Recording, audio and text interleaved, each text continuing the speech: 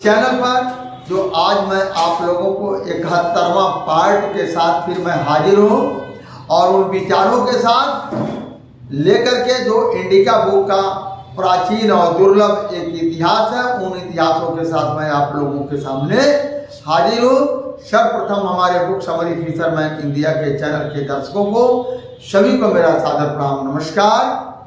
दोस्तों, आज मैं बताऊंगा बजाज पुष्यमित्र शुंग की कहानी।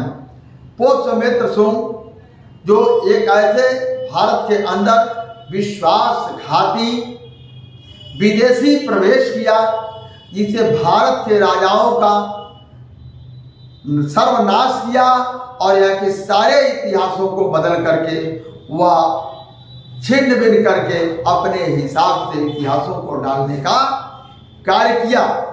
अब मैं आपको बता दूं, पुष्यमित्र शुंग के आने से पहले हमारे भारतवर्ष के अंदर किसी भी ब्राह्मण की कोई मान्यता नहीं थी। राज सत्ता तक गलियारों तक उनके जाने का कोई विकल्प नहीं था। उस टाइम तक वह जंगल और पहाड़ियों में भटकते थे और घूमते थे। जब पुष्यमित्र शुंग का यहाँ पर आगमन हुआ, एक ऐसे आदमी का आगमन हुआ जो धोखेबाज, वह राजाओं का पहले किसी तरीके से मंत्री बना और बनने के बाद जो चक्रवर्ती सम्राट, जो अशोक सम्राट के पिता को उन्होंने हत्या किया। हत्या करके उन्होंने एक राज्य को स्थापित किया और वह जो ऐसा इंसान था, उन्होंने भारतीय राजाओं को कत्लेआम करके और अपने लोगों को धन देने का उन्होंने कार्य को किया, जो कि कहीं भी इतिहास के अंदर तमाम सारे लोग लेखों में लिखा गया है। वह कभी मंत्री हुआ करते थे, यानी जो विदेशी आए भारत के अंदर वह मंत्री हुआ करते थे, जो कि ऐसा नहीं है। अब उनका आगमन बाहर से हमारे भारतवर्ष में खुलेआम प्रवेश करने का उनका जरिया क्या बना, उनका जो आगमन हुआ वो कैसे हुआ? क्योंकि आर्यावर्त देश को जब राजा चंद्रगुप्त यानी चंद्रगुप्त मौर्य ने आर्यावर्त देश को जब जीत लिया, तो उस क्षेत्र में यह समुदाय रहता था और उसके बाद वो बेधड़क हमारे भारतवर्ष में प्रवेश करना उन लोगों ने चालू किया।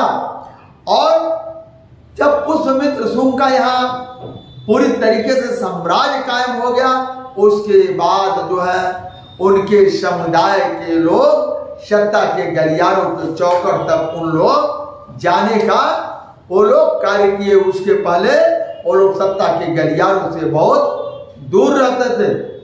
जिस समय मिस्र के लोग देखिए विकास की गति क्या है भारत के अंदर।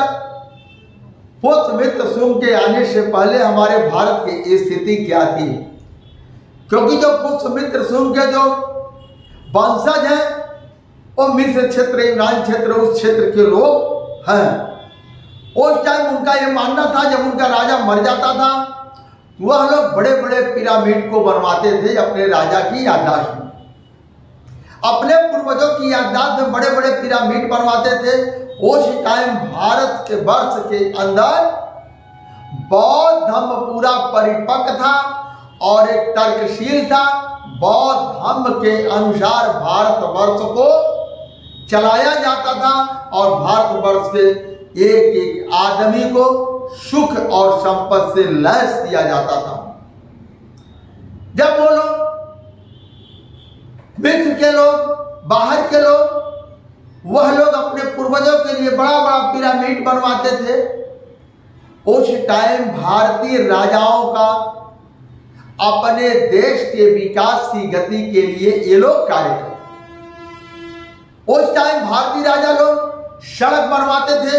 उन लोगों ने सड़क को बनवाया पूरे अपने जितना राजा चंद्रगुप्त का चक्रवर्ती सम्राट थे, जितना उनका राज्य था सारे राज्यों को उन्होंने युद्ध स्तर पर सड़क बनवा करके जोड़ने का उन्होंने कार्य को किया।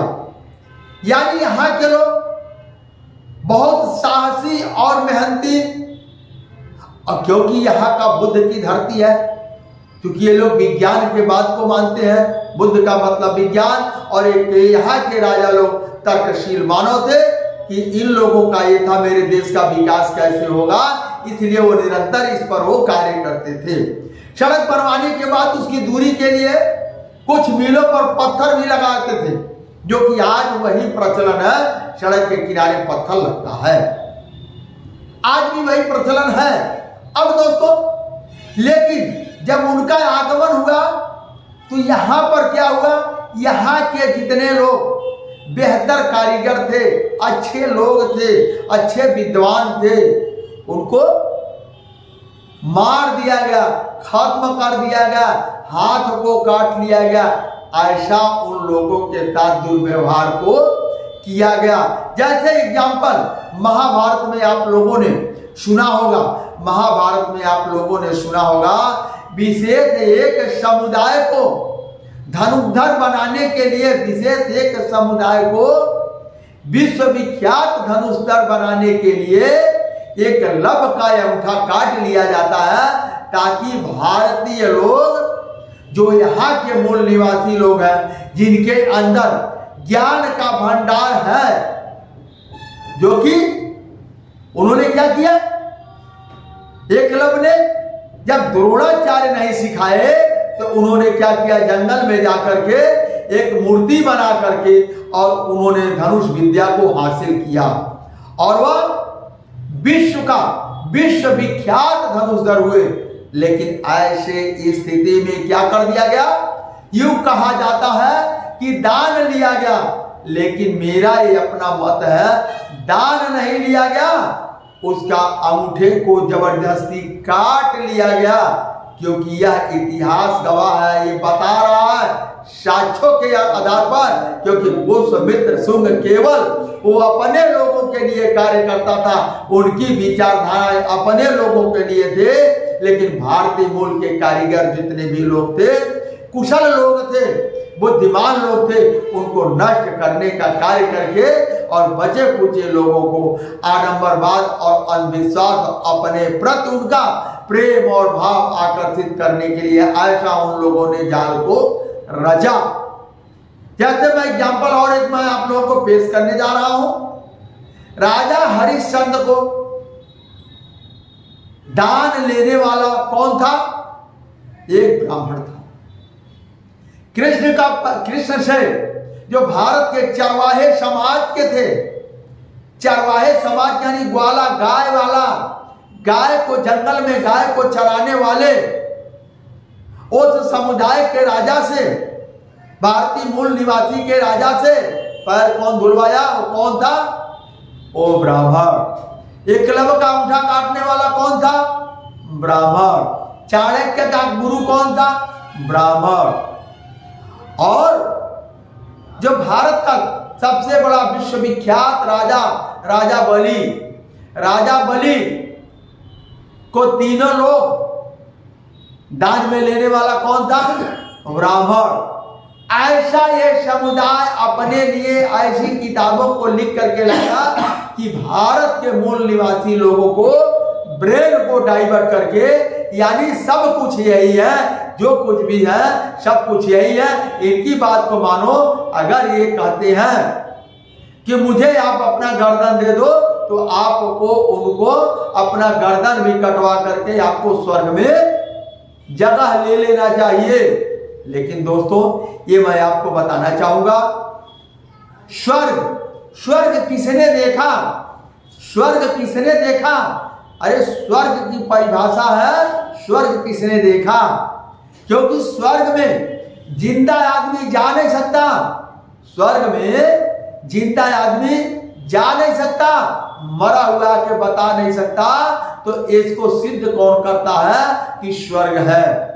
जरा आप लोग समझिए, भारत के मूल निवासी आप लोग समझिए, अगर स्वर्ग होता तो पैसा लेकर के आपको भेजा जाता, सबसे पहले स्वर्ग पर कब्जा कौन करता, ये आप लोग भली भांति इस बातों को जानते हैं।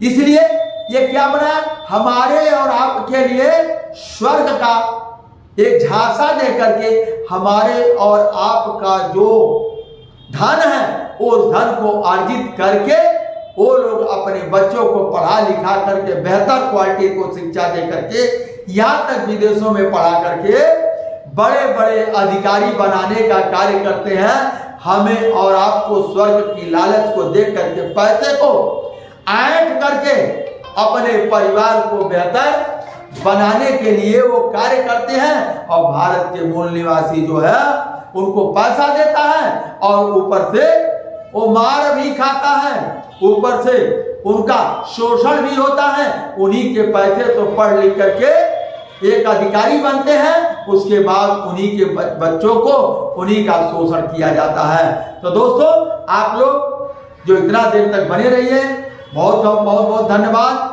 फिर मेरा यही वक्तव्य समाप्त होता है। वीडियो के अंत लास्ट तक मैं आप लोगों को कहूँगा कि आप लोग अगर इस चैनल को सब्सक्राइब नहीं किए हैं तो आप लोग सब्सक्राइब करके बेल आइकन को दबा करके इसको और कर दीजिए। तो धन्यवाद, नमस्कार, जय हिंद, जय भारत।